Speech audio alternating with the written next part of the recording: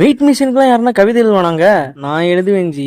நான் எழுதுவேன். வணக்கம் நண்பர்களே, தினம் ஒரு கவிதை சேலஞ்சில் இன்னைக்கு நாள் 4. வழக்கம் போல இன்னைக்கும் காலையில எந்திரிச்சிட்டு ரெடி ஆயிட்டு வேலைக்கு போயாச்சுங்க.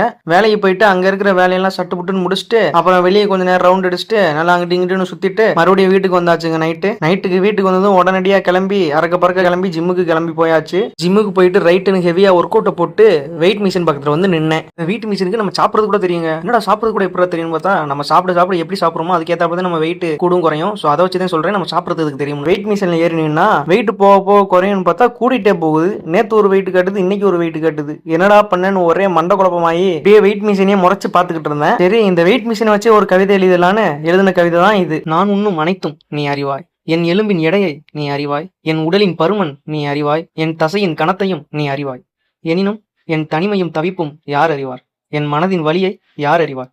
என் கனவையும் காதலையும் யார் அறிவார்? என் பொறுப்புச் சுமையை யார் அறிவார்? என் எடையை அளந்த இயந்திரமே, என் உள்ளத்தை அளக்க தவறிவிட்டார்.